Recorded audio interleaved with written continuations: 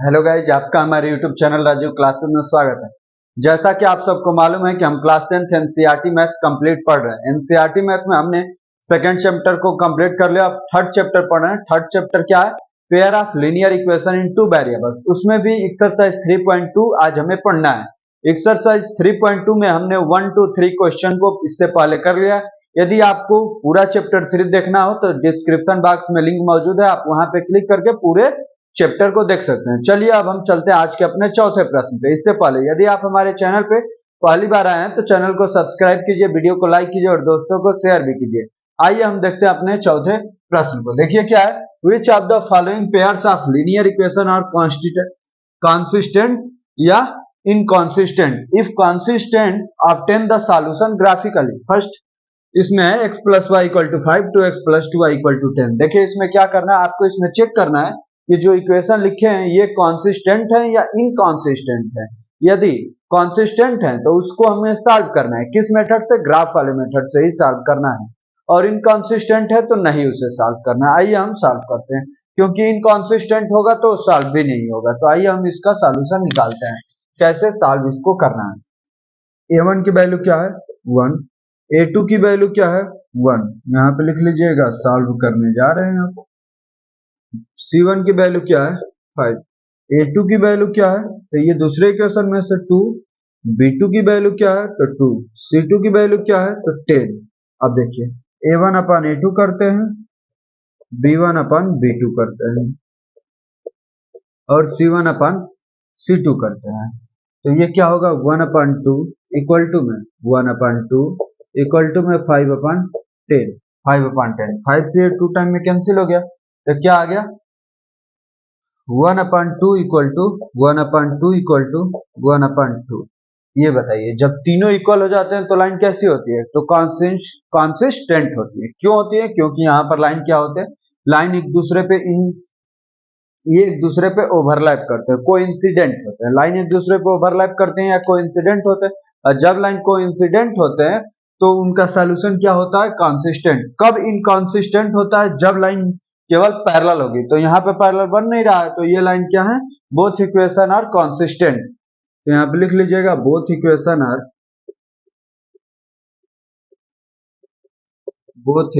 Are consistent. अब जब हमें पता चल गया कि ये कंसिस्टेंट है तो हमें क्या करना पड़ेगा? इसे सॉल्व करना पड़ेगा।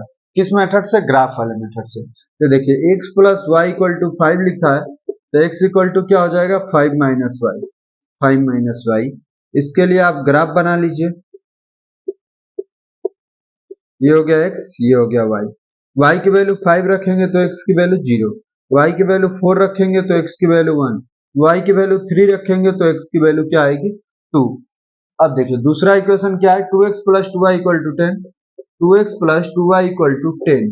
अब यहाँ पर डिवाइड बाई 2 कर दीजिए। Divide by 2 both side. Both side जब डिवाइड करेंगे तो ये भी हो जाएगा x plus Y equal to 5। इसका मतलब है कि x equal to 5 minus y, मतलब वही लाइन बन रही है। क्या बन रहा है? वही लाइन। जब वही लाइन बन रही है तो इसका भी ग्राफ बना दीजिए, सेम टू सेम वही टेबल बनेगा। यहाँ पर x, यहाँ पर y।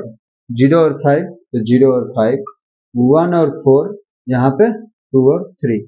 ये आपका टेबल बन गया। अब इसका हमें ग्राफ खींचना है, तो आइए हम ग्राफ खींचते हैं।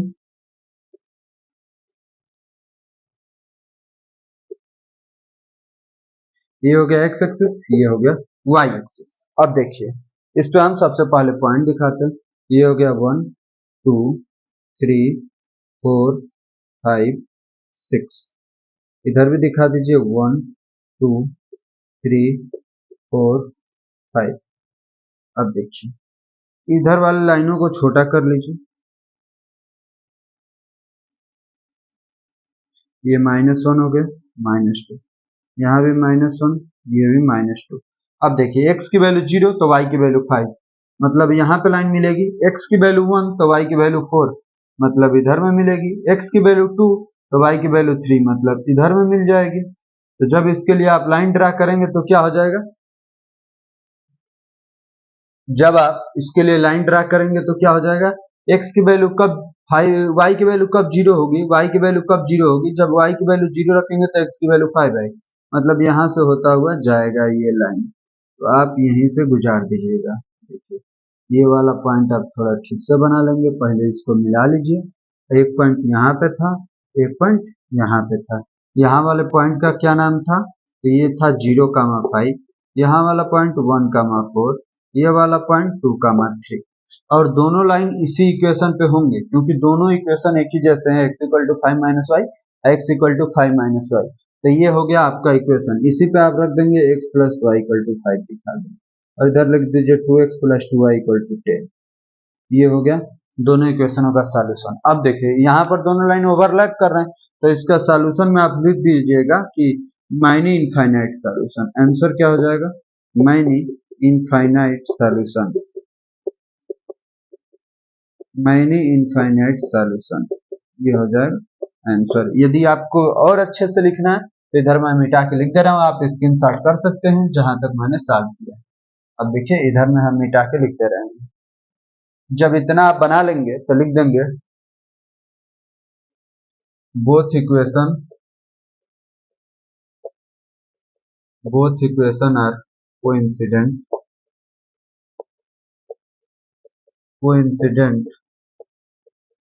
so solution of the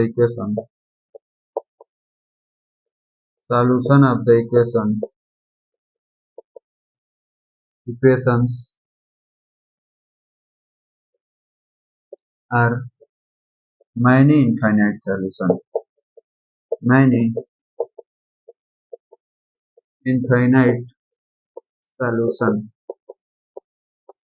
infinite solution होगा, क्यों होगा, क्योंकि ये लाइनें कोइंसिडेंट है। अब चलिए हम इसी को सॉल्व करते हैं, 4 में ही जो दूसरा क्वेश्चन दिया है उसे हम सॉल्व करते हैं। आइए अब हम सॉल्व करते हैं 4 के ही दूसरे क्वेश्चन को। देखिए क्या है, x minus y equal to 8 और 3x minus 3y equal to 16, तो इसमें भी सबसे पहले आपको पता करना है कि ये इक्वेशन कॉन्सिस्टेंट है या इनकॉन्सिस्टेंट है, तो आइए इसे हम पता करते हैं। a1 की वैल्यू क्या है, 1 है, इसे आप सॉल्व अब कर रहे हैं हम लोग, तो सॉल्व लिख लेंगे, a1 की वैल्यू 1 है, a2 की वैल्यू क्या है -1, c2 की वैल्यू क्या है 8 है, सॉरी यहाँ पे b1 होगा और यहाँ पे c1 होगा। अब देखिए a2 की वैल्यू क्या है, तो 3 है, b2 की वैल्यू क्या है, तो -3 है, c2 की वैल्यू क्या है, तो 16 है। अब देखिए a1 upon a2 equal to b1 upon b2 equal to c1 upon c2। a1 के जगह पे क्या रखना है 1/3, यहाँ पे क्या रखना है तो -1/-3, और यहाँ पे 8/16, माइनस से माइनस कैंसिल, 8 से 16 2 बार में, ये 1 बार में। अब देखिए इसे क्या लिखेंगे, इधर लिख लेते हैं 1/3 इक्वल टू में 1/3 इक्वल टू में 1/2, तो ये इक्वल नहीं है, मतलब C1 C2 इन दोनों के इक्वल नहीं है। इसका मतलब क्या हो गया कि लाइन दोनों पैरेलल है, इसका मतलब है ये इनकॉन्सिस्टेंट है, तो यहाँ पे लिख देंगे both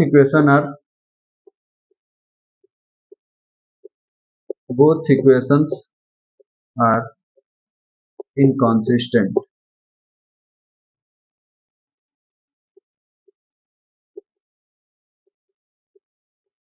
both equation are inconsistent, इसीलिए इसका सॉल्यूशन हमें नहीं करना है ग्राफ मेथड से, जो कॉन्सिस्टेंट होगा उसी का हमें सॉल्यूशन निकालना है। तो आइए अब हम चलते हैं अपने चौथे के तीसरे पे। आइए अब हम सॉल्व करते हैं 4 नंबर के 3rd नंबर क्वेश्चन, तो इसका भी सॉल्यूशन लिख लेते हैं, इसका भी सॉल्व करते हैं इसको भी। देखिए a1 की वैल्यू क्या है तो 2 है, b1 की वैल्यू क्या है तो 1 है, c1 की वैल्यू क्या है तो -6 है, a2 की वैल्यू क्या है तो 4 है, b2 की वैल्यू क्या है तो -2 है, c2 की वैल्यू क्या है तो -4 है। आइए a1 अपान a2 निकालते हैं, फिर से b1 upon b2 equal to c1 upon c2, a1 के जगह पे 2, a2 के जगह पे 4, b1 के जगह पे 1, b2 के जगह पे -2, c1 के जगह पे क्या रखना है -6, c2 के जगह पे रखना है -4। अब देखिए ये 2 से 2 टाइम में कैंसिल हुआ, ये 2 से 3 टाइम में, ये 2 से 2 टाइम में, और माइनस से माइनस हमारा कैंसिल हो गया। अब देखिए क्या होगा, इसे हम लिख सकते हैं 1/2, 1/2 इक्वल टू क्या होगा -1/2, और यहाँ पे 3/2। तो आप देखेंगे कि कोई भी इक्वल नहीं है, कोई भी इक्वल नहीं है। इसका मतलब क्या है? इक्वेशन क्या है? कॉन्सिस्टेंट है। इक्वेशन क्या है? कॉन्सिस्टेंट। तो आप लिख लेंगे both equation are both equations are consistent।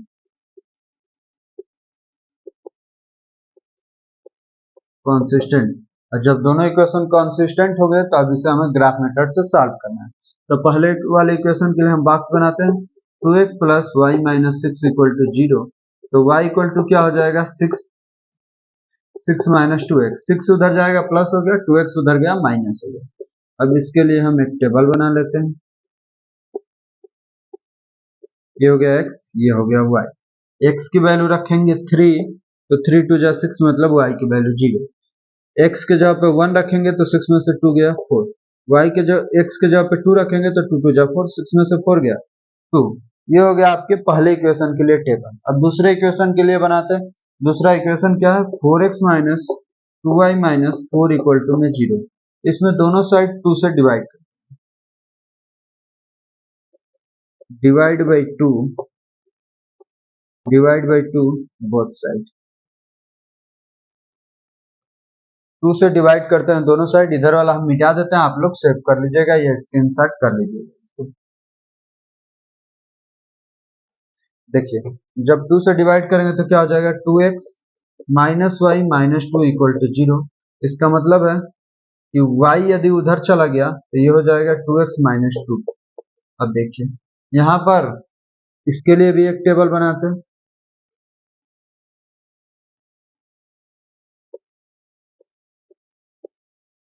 ये हो गया x, ये हो गया y। x की वैल्यू क्या रखें? x की वैल्यू यदि हम 0 रख देते हैं, x की वैल्यू 0 तो y की वैल्यू क्या हो जाएगी? माइनस 2। यदि x की वैल्यू 1 रखते हैं तो 2 1 जा 2, 2 में से 2 गया 0 हो गया। यदि x की वैल्यू 2 रखते हैं तो 2 2 जा 4 में से 2 गया 2 हो गया। अब देखिए इसके लिए इन दोनों टेबल के लिए, इन दोनों इक्वेशन के लिए हम बनाते हैं ग्राफ। ये हो गया x एक्सिस, ये हो गया y एक्सिस, ये हो गया 0 ओरिजिन पॉइंट। अब देखिए इधर 1 2 3 4 5 6 7 8। इधर में ड्रा करते हैं -1 -2 -3 -4 -5 -6। ऊपर में 1 2 3 4 5 6 7 8। -1 -2 -3 -4 -5 -6 -7। तो ये आपका ग्राफ हो गया। अब पहले टेबल को देखते हैं। x की वैल्यू 3 तो y की वैल्यू 0, मतलब यहाँ पर पॉइंट मिलेगा। x की वैल्यू 1 तो y की वैल्यू 4, x की वैल्यू 1 तो y की वैल्यू 4, मतलब यहाँ पर मिल जाएगा। x की वैल्यू 2 तो y की वैल्यू भी 2, मतलब इधर में मिल जाएगा। अब इसके लिए आप लाइन ड्रा कर लीजिएगा। अब बताइए y की वैल्यू कब 0 होगी? जब x की वैल्यू 3 रखेंगे। अब x की वैल्यू 0 कब होगी? y की वैल्यू क्या रखेंगे तो x की वैल्यू 0 हो जाएगी? y की वैल्यू जब 6 रख देंगे, मतलब यहीं से क्रॉस होते हुए जाएगा। मतलब आपको भी यहीं से क्रॉस कराते हुए इस इक्वेशन को बना लेना है। अब देखिए ये हो गया। ये कौन सा पॉइंट है? 4,1 है। ये कौन सा पॉइंट है? 2,2 है। ये कौन सा पॉइंट है? तो 3,0 है। ये इक्वेशन कौन सा है? तो 2x plus y minus 6 equal to में 0। इधर वाले का देखिए x की वैल्यू 0 तो y की वैल्यू -2, x की वैल्यू 0 तो y की वैल्यू -2, मतलब यहाँ पर पॉइंट मिलेगा। x की वैल्यू 1 तो y की वैल्यू 0, x की वैल्यू 1 तो y की वैल्यू 0, x की वैल्यू 2 तो y की वैल्यू 2, मतलब यही वाला। तो यहाँ से लाइन सीधा होते हुए जाएगा और इसी पॉइंट से होते हुए निकल जाएगा। ये 2 2 तो लिखा है, इसका लिख लीजिए 1,0 और इसका लिख लीजिए -0,-2। ये हो गया आपका तीनों पॉइंट। इस लाइन का इक्वेशन क्या है? तो 4x minus 2y minus 4, 4x minus 2y minus 4 equal to 0। इसका सॉल्यूशन कहाँ हुआ? दोनों लाइन एक दूसरे को इंटरसेक्ट किस पॉइंट पे कर रहे हैं? 2,2 पे। तो यही इसका सॉल्यूशन हो गया। अब देखिए लिख देंगे इधर में both equation are, both line लिख लेते हैं, both lines are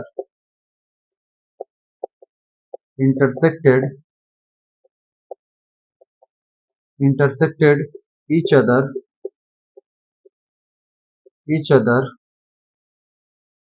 at point 2, 2. So solution is 2, 2. Solution क्या हो गया 2, 2, यही हमारा आंसर हो गया। इस प्रकार हमने अपने फोर्थ के तीसरे नंबर को भी सॉल्व कर लिया। अब हम चलते हैं अपने चौथे क्वेश्चन के 4 नंबर पे। चौथे में 4 क्वेश्चन थे, first second third fourth. First second third हमने कर लिया। अब चलते हैं हम अपने फोर्थ पे, देखते हैं क्या है और कैसे उसे सॉल्व करना है। अब हम सॉल्व करते हैं फोर्थ के fourth.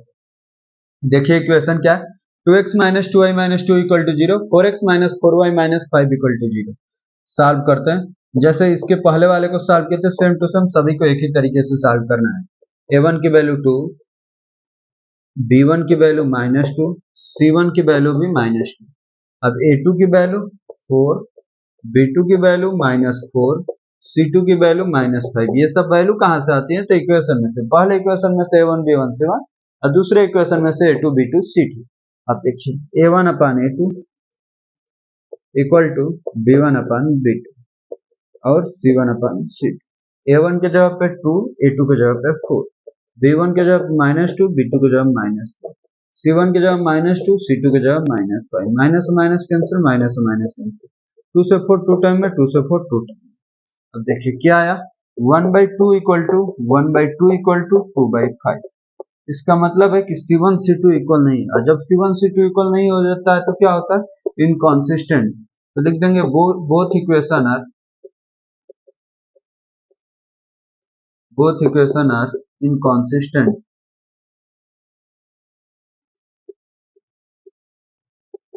Both equation are inconsistent. तो ये हुआ आपके 4 नंबर क्वेश्चन का कंप्लीट सॉल्यूशन। 4 नंबर क्वेश्चन अब कंप्लीट हो गया। अब हम चलते हैं अपने 5 नंबर क्वेश्चन पे। अब हम सॉल्व करते हैं अपने 5 नंबर क्वेश्चन पे। देखिए क्या, half the perimeter of a rectangular garden whose length is 4 meter more than its breadth, it's 36 meter, find the dimension of the garden। मतलब हमें एक डायमेंशन बताने हैं जो गार्डन की। वो गार्डन कैसा है, रेक्टेंगुलर है। रेक्टेंगुलर में क्या होता है, लेंथ और विड्थ। तो लेंथ और विड्थ में रिलेशन क्या है कि जो perimeter of a rectangular garden कुछ लेंथ इज 4 मीटर मोर, मतलब उसकी जो लेंथ है ब्रेथ से 4 मीटर ज्यादा है और उसकी पेरीमीटर कितनी है, उसकी पेरीमीटर है 36 मीटर। तो आइए सबसे पहले हम लेट कर लेते हैं, क्योंकि 2 वेरिएबल में हमें करना है, क्योंकि चैप्टर का नाम ही है pair of linear equation in 2 variables, इसलिए आपको इसको 2 वेरिएबल में ही करने का प्रयास कीजिए।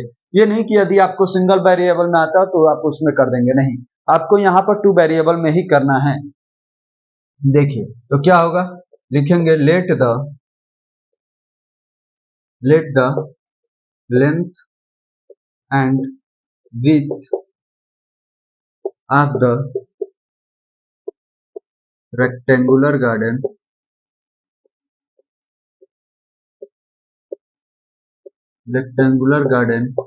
is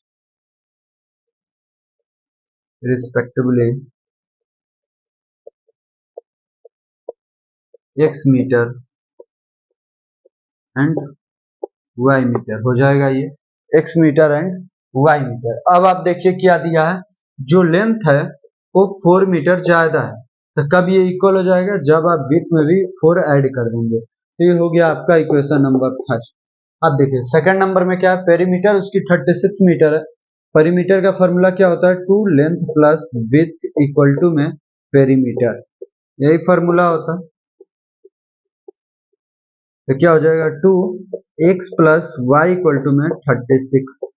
इसका मतलब है x plus Y equal to में half the perimeter, sorry half the perimeter बोला हुआ है, तो ये हाफ है। किसका हाफ है, पेरीमीटर का हाफ है, मतलब इसका हाफ क्या हो जाएगा, इसका हाफ। हाफ का मतलब 2 से 2 कैंसिल हो जाएगा। तो x plus Y equal to में क्या हो जाएगा, 36। ये आपका इक्वेशन नंबर 2 हो। अब इसे हम सॉल्व करना है, तो इसके लिए हमें टेबल भी बनाना होगा। सबसे पहले इसको y को भी उधर ट्रांसफर कर देते हैं, तो 36 माइनस वाई हो जाएगा। अब आइए इसके लिए हम टेबल बनाते हैं। सबसे पहले इक्वेशन के लिए टेबल बना लेते हैं। X Y.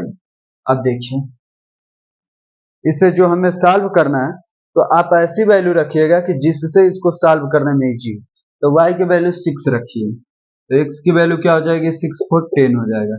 x की वैल्यू क्या हो जाएगी, 10 हो जाएगी। अब क्या और क्या रखेंगे y की जगह पे, तो ऐसा रखिए जो 6 और 10 के ही मल्टीप्लाई में, या चलिए वैसे ही कीजिए। y की वैल्यू आप कुछ भी और रख लीजिए, -4 रख लेते हैं। y की वैल्यू -4 रखेंगे तो ये आ जाएगा x की वैल्यू 0। यदि y की वैल्यू 2 रखते हैं तो x की वैल्यू क्या हो जाएगी, 6 हो जाएगी। x की वैल्यू हो जाएगी 6। ये किस इक्वेशन के लिए था, तो x equal to y plus 4 के लिए। अब दूसरे इक्वेशन के लिए बनाते हैं तो x equal to 36 minus y. आइए इसके लिए भी टेबल बना लेते हैं। ये हो गया x, ये हो गया y।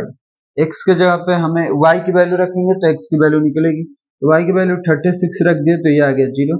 यदि 30 रख दिए तो ये आ गया 6। यदि 24 रख दिए, यदि यहाँ पे 24 रख दिए तो ये आ गया x की वैल्यू 12। तो ये आपने दोनों इक्वेशनों के लिए टेबल बना लिया है। अब हम चलते हैं इसके लिए ग्राफ बनाते हैं। देखिए ग्राफ बिल्कुल अच्छे से बनाना है क्योंकि थोड़े से नंबर इसमें बड़े बड़े हैं। y की वैल्यू यहाँ पे 36 तक टच कर रही है, तो ये वाली लाइन थोड़ी सी बड़ी बना लेते हैं, y वाली लाइन।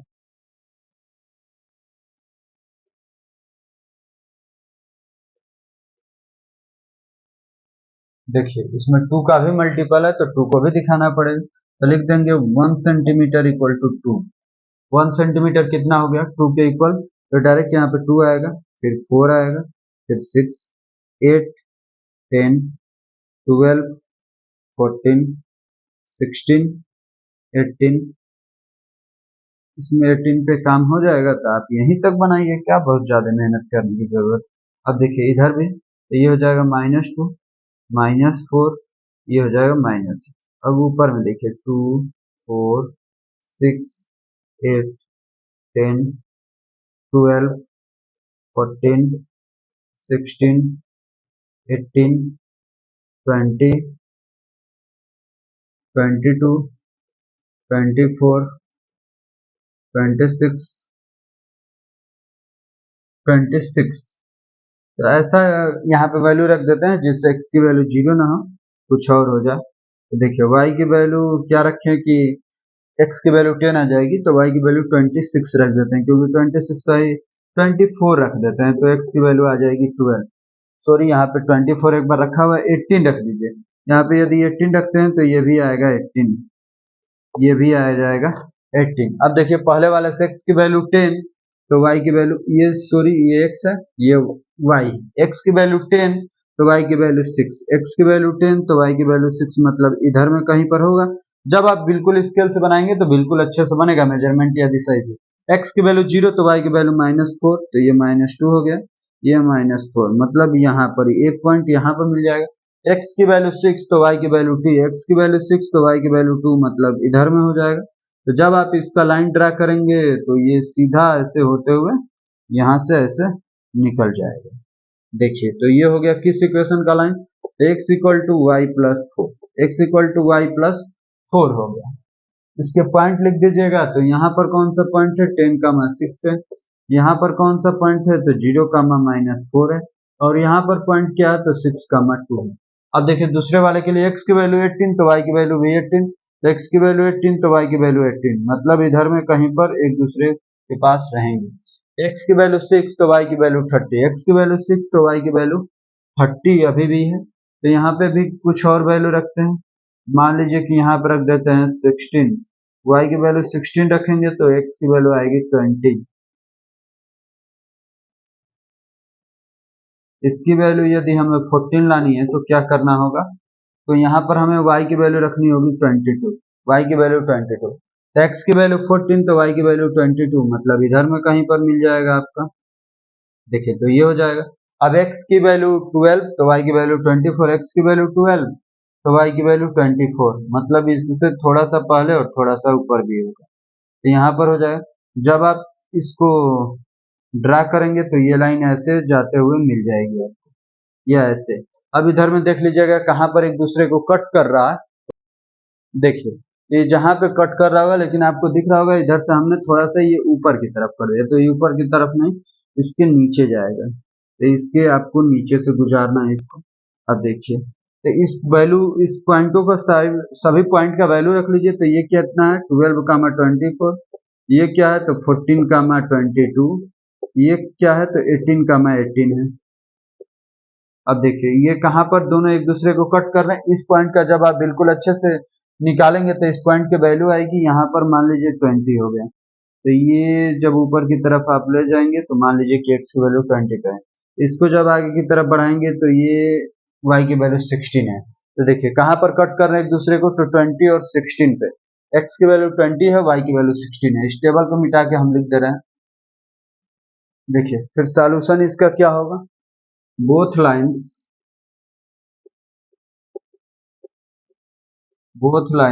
are intersected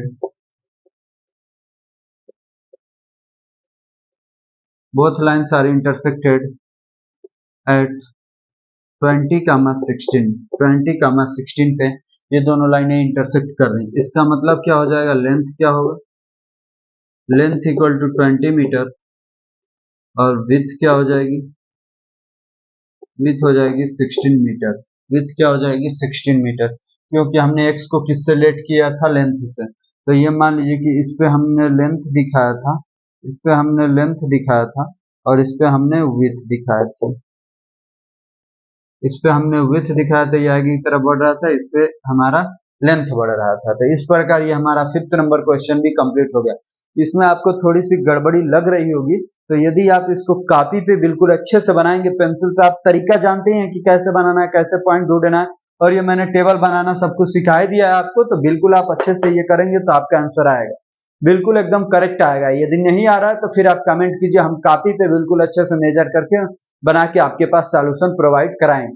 तो चलिए अब हम चलते हैं अपने क्वेश्चन नंबर 6 पे। देखिए अब हम सॉल्व करते हैं अपने 6 नंबर क्वेश्चन को। क्या है, गिवन द लीनियर इक्वेशन, एक लीनियर इक्वेशन दिया है 2x + 3y - 8 = 0। Right another linear equation, हमें दूसरा लीनियर इक्वेशन लिखना है इन 2 वेरिएबल्स, 2 वेरिएबल्स में लिखना है। Such that the geometrical representation of, कि जब उसका ऐसा बना लिखना है कि जब उसका ज्योमेट्रिकल रिप्रेजेंटेशन किया जाए तो द पेयर्स ऑफ हार्मोनिक्स, तो उसका इन दोनों पेयर का क्या मिले हमें, इंटरसेक्टिंग लाइन मिले। तो कैसा उसका वो लीनियर इक्वेशन कैसे लिखा जाएगा, तो आप 2x को तो 4x लिख सकते हैं। देखिए क्या होता है, ए और बी का रेशियो सेम नहीं होना चाहिए, केवल यही होता है लीनियर इक्वेशन में। तो आप ऐसे लीनियर इक्वेशन को लिखिएगा, पहले से एक दिया है 2x + 3y - 8 = 0, आप ऐसा लिखेंगे कि इन दोनों का रेशियो सेम ना रहे। मान लीजिए यहाँ पे 4x लिख रहे हैं, इसके 2 गुने को, यहाँ पर इसका 3 गुना लिख दीजिए या यही नंबर लिख दीजिए, कोई दिक्कत नहीं। यहाँ पर आप -8 लिख सकते हैं, कोई दिक्कत नहीं। केवल हमें ए और बी के रेशियो से मतलब है, ए और बी का रेशियो अब एक जैसा नहीं है, इसीलिए ये हमारा इंटरसेक्टिंग लाइन हो जाएगा। तो ये रहा हमारा आंसर, दूसरा वाला ये लीनियर इक्वेशन। आपको समझ में आया, इसमें आप जितना आंसर चाहे उतना आंसर लिख सकते हैं, अलग अलग लोगों का अलग अलग आंसर हो सकता है, कोई दिक्कत वाली बात नहीं। अब आइए दूसरे के लिए लिखते हैं 2x + 3y - 8 = 0। इसमें क्या होता है, पैरेलल लाइंस में ये होता है कि ए और बी का रेशियो सेम होना चाहिए, मतलब इसका डबल यदि आप यहाँ पे लिख रहे हैं तो इसका भी डबल लिखना पड़ेगा। चलिए लिख देते हैं इसका डबल, तो 4x, तो इसका भी डबल लिखना पड़ेगा 6y। तो इसका आप डबल नहीं लिख सकते हैं, डबल लिख देंगे तो ये पैरेलल लाइंस हो ही नहीं पाएगा, आप कुछ और लिख देंगे। चलिए कुछ और लिख दिए, जिससे ये आप पैरेलल लाइंस हो जाएगा। तो ये हमारा रहा इसका सॉल्यूशन, सॉल्व हमने किया है यहाँ पर, ये रहा हमारा आंसर दूसरे। अब देखिए तीसरा, कोइंसिडेंट लाइन। कोइंसिडेंट लाइन क्या होती है, तो सबसे पहले आप इसे लिख लीजिए जो क्वेश्चन में इक्वेशन 3y - 8 = 0। तो कोइंसिडेंट लाइन ये होता है जिसमें ए बी सी तीनों का रेशियो एक ही जैसा हो। तो आप इसमें सबका सेम इक्वेशन लिख दीजिए, या इसका ट्रिपल, या इसका डबल, या इसका चौथा, 4 गुना, जितना मन करे आप उतना लिख सकते हैं। 4 टाइम भी लिख सकते हैं, 5 टाइम, 6 टाइम, जो चाहे वो लिख सकते हैं। आइए हम 5 टाइम लिख देते हैं, तो 10x + 15y - 40 = 0। ये हो जाएगा आपका आंसर। समझ में आया? तो इस प्रकार हमारा 6 नंबर क्वेश्चन कंप्लीट हो गया। अब हम चलते हैं अपने 7th नंबर क्वेश्चन पे, और देखते हैं 7th नंबर क्वेश्चन क्या है और उसे हमें कैसे सॉल्व करना है। आइए अब हम सॉल्व करते हैं अपने 7th नंबर क्वेश्चन को। Draw the graph of the equation x minus y plus 1 equal to 0 and 3x plus 2y minus 12 equal to 0। Determine the coordinate of the vertices of the triangle formed by these lines and the x-axis and set the triangle region। Vertices का मतलब आप समझ रहे हैं ना, vertices का मतलब ये होता है कि ये वाला पॉइंट का कोऑर्डिनेट, ये वाला पॉइंट का कोऑर्डिनेट और ये वाला पॉइंट का कोऑर्डिनेट, हमें तीनों उसके वर्टिसेज का कोऑर्डिनेट भी बताना है। तो आइए इसे हम सॉल्व करते हैं, देखिए कैसे ये सॉल्व है।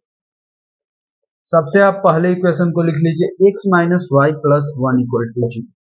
अब x इक्वल टू क्या हो जाएगा, तो y माइनस 1। अब इसके लिए आप टेबल भी बना लीजिए एक, ये हो गया x, ये हो गया y। y की वैल्यू मान लीजिए 1 रखते हैं तो x की वैल्यू 0 हो जाएगी, ये 2 रखते हैं तो ये 1, ये 3 रखते हैं तो ये 2 आ जाएगा। अब देखिए दूसरा जो इक्वेशन है, 3x प्लस 2y माइनस में 12 इक्वल टू 0, तो क्या हो जाएगा 3x equal to 12 minus 2y हो जाएगा। तो x equal to 12 minus 2y upon में 3 है, ये हो गया। अब इसके लिए आप एक टेबल बना लेंगे,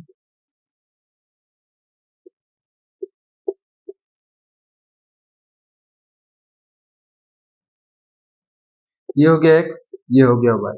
ये बताइए y की वैल्यू क्या ऐसा रखें जिससे ये नंबर आए इंटीजर में आए, तो y की जगह पे 3 रखिए। जब 3 रखेंगे तो 3 2 जा 6, 12 में से 6 गया 6, 6 बाई 3 मतलब 2, कितना है 2। अब देखिए y की जगह पे हम 6 रखते हैं, y की जगह पे 6 रखते हैं तो 6 2 जा 12 मतलब 0 आ जाएगा। अब देखिए दूसरी वैल्यू एक और कुछ y की जगह पे रखते हैं, y की जगह पे मान लीजिए कि एक बार 3 रख लिए, 6 रख लिए, अब 9 रख लेते हैं। 9 तो थोड़ा सा बड़ा हो जाए, आप इसमें 2 ही पॉइंट रख लीजिए, 2 ही पॉइंट पे भी हो जाएगा काम, 2 ही पॉइंट रख के चलिए।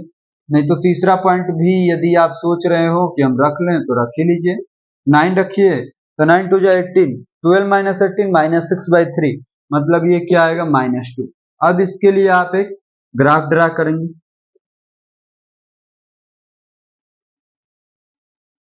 ये होगा आपका x एक्सिस, ये होगा y एक्सिस। अब देखिए तो ये हो गया 1 2 3 4 5 6 7 8, ये हो गया 1 2 3 4 5 6 7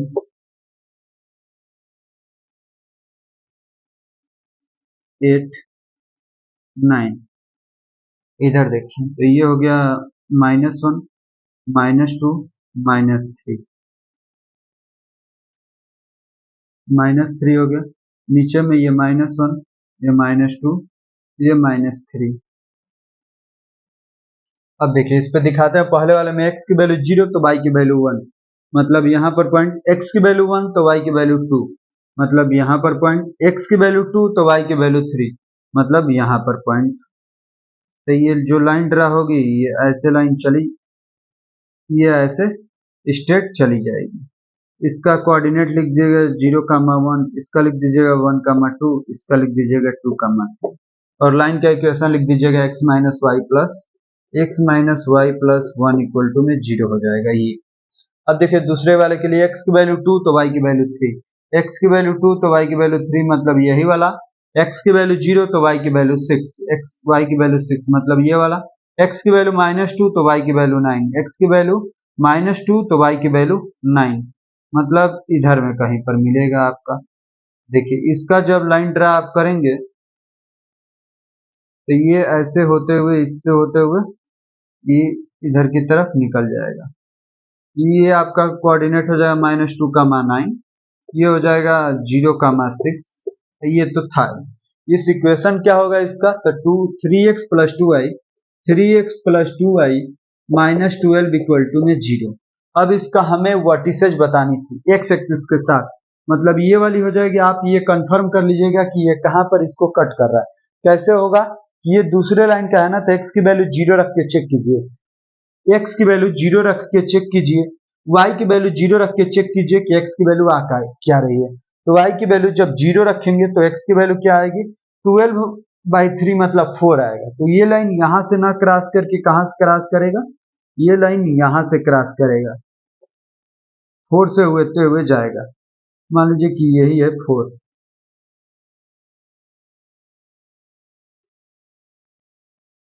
ये 4 है। ये लाइन का इक्वेशन है 3x + 2y - 12 = में 0। एक वर्टिसेज आपने फिक्स कर लिया, ये वाला भी एक्सिस देख लीजिएगा वर्टिसेज, मतलब इसमें कब होगा, जब y की वैल्यू 0 हो जाए। जब y की वैल्यू 0 हो जाए तो x की वैल्यू क्या आएगी, -1, मतलब ये -1 से ही होकर जा रहा है। तब देखिए इसका वर्टिसेज हमें लिखना है, ट्रायंगल का वर्टिसेज, तो इसका पॉइंट लिख लेना है, ये a हो गया, ये मान लीजिए ये b हो गया, ये c हो गया। तो हमारा ट्रायंगल क्या बन रहा है, और इस रीजन को शेडेड भी करना है, तो इसको आप ऐसे ऐसे लाइन इसमें खींच देंगे कि जिससे ये आपको दिखने लगे कि ये एरिया हमने शेडेड कर दिया। अब देखिए वर्टिसेज, तो vertices of triangle ABC, vertices of triangle ABC, vertices of triangle ABC, triangle ABC का वर्टिसेज, तो ए का क्या है, ए पॉइंट को लिख के इसके आगे लिख देंगे 2,3। ए पॉइंट क्या है 2,3, बी क्या है तो -1, x की वैल्यू -1, y की वैल्यू 0, c क्या है तो यहाँ पर x की वैल्यू 4 और y की वैल्यू 0। तो ये हो गया आपका वर्टिसेज, आपको वर्टिसेज ही बताने थे, और शेडेड, और जो ट्रायंगल बन रहा था उसे हमें शेडेड करना था। इस प्रकार आपका 7th नंबर क्वेश्चन कंप्लीट रूप से सॉल्व हो गया और एक्सरसाइज 3.2 भी कंप्लीट हो गया। यदि आपको भली बात बिल्कुल अच्छे से समझ में आया हो, इसके अलावा यदि आपको इसके पिछले लेक्चरों को देखना हो तो डिस्क्रिप्शन बॉक्स में एक लिंक दिया हुआ है, प्लेलिस्ट बना हुआ है आपको इस चैप्टर का और पोलिनोमियल वाले का भी, आप दोनों को देख सकते हैं एक ही क्लिक में। एक पोलिनोमियल का प्लेलिस्ट का लिंक मिलेगा, उस पर क्लिक करके पूरे पोलिनोमियल को देख सकते हैं। एक लिंक मिलेगा जो अभी आपका चैप्टर चल रहा है, two pair of linear equation in 2 variables, इन दोनों चैप्टरों को आप देख सकते हैं। तो थैंक्स आपको अंत तक बने रहने के लिए। अब हम अगले दिन अगला जो 3 मेथड होते हैं इसको सॉल्व करने को, उसमें से एक मेथड सब्स्टिट्यूशन मेथड लेकर आएंगे। धन्यवाद आपको अंत तक बने रहने के लिए।